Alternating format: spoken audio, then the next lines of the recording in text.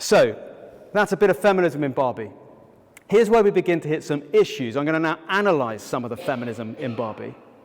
The feminist message in the film is not all that coherent. So the speech, brilliantly delivered, amazing. And it is really moving when you watch it. And I imagine for women more so than for me. But it is essentially saying it's really hard to be a woman. That's the message, is it's really hard. It starts and finishes with, I don't know. Right? And if there is a cry, a kind of a cry to action, well, it's maybe a cry of solidarity. This is us women.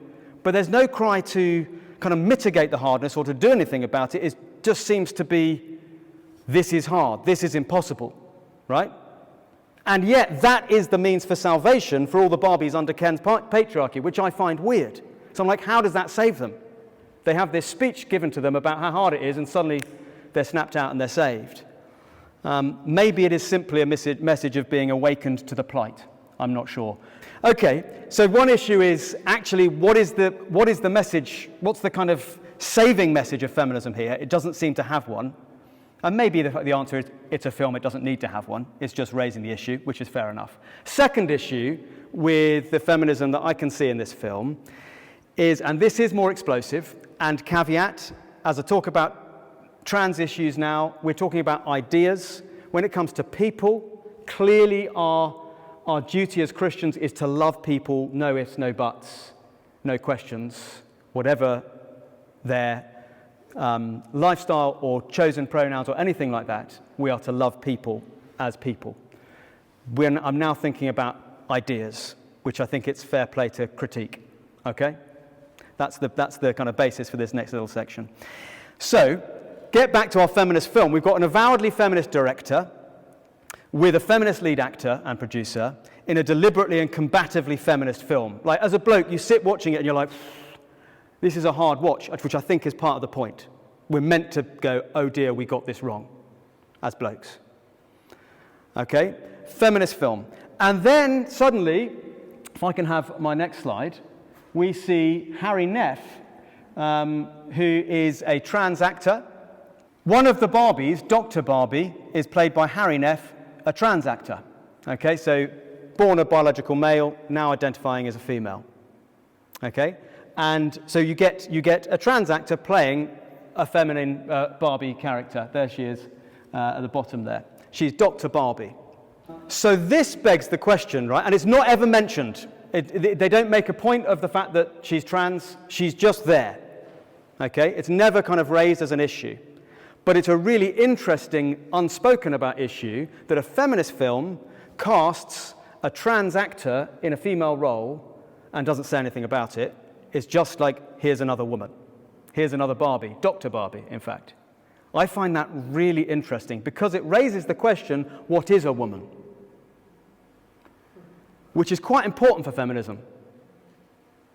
Right? So what is a woman? There would be some strands of feminism which suggest that the rise of transgender women in female spaces is undoing much of the good which first and second generations of feminism sought to achieve. Things like equality in democratic rights, the workplace, sports, all that kind of stuff, safety in female-only spaces. There would be other strands of feminism which would want to affirm simply that trans women are women. No questions asked, no further questions, please. Trans women are women. The problem, it seems to me, with that latter position, and therefore potentially with the film, is it leads to the inevitable question, well, what is a woman? What makes someone a woman? And I'm not sure that Barbie has much of an answer. There is a biting line, which is quite funny. In the real world, a junior Mattel worker, played by Connor Swindells, who's actually on the next one, the next slide. Yeah, there he is, this guy there. He, in the real world, they're trying to find a woman, and he then says in this board meeting, well, I'm a man with no power. Does that make me a woman? Which is like a biting line in the real world, right? But in Barbie land, though, there seems to be little answer. There's little answer as to what is a woman. So if the trans Barbie is anything to go by, then a woman is someone who dresses like a woman and wears pink. The Barbies and Kens, interestingly, because they're dolls, have no genitals, which is, of course, a source of comedy in the film. There are some quite funny bits about that, and it's a bit funny, but super interesting when it comes to trying to work out what a woman is and what a man is according to Barbie, because most of the main characters don't have genitals, which is quite interesting and convenient for a time. So we're left with the possibility that a woman is someone who says they are and dresses in pink. And that seems to me, admittedly as a man, a worryingly narrow and cliched view of womanhood.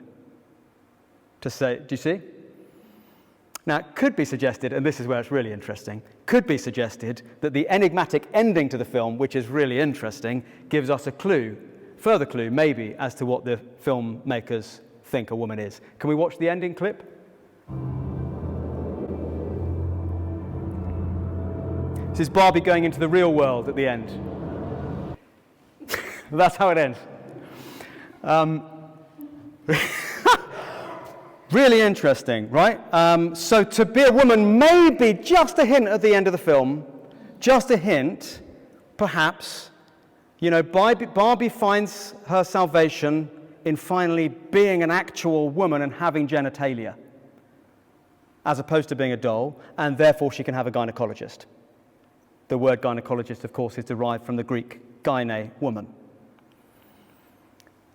So, interesting. That is Barbie and feminism, and I've wanted to show that for all its wit, and it is razor sharp in its wit and its observation, the feminist message is maybe not that clear, or as clear as it might want to be. And maybe that's the point.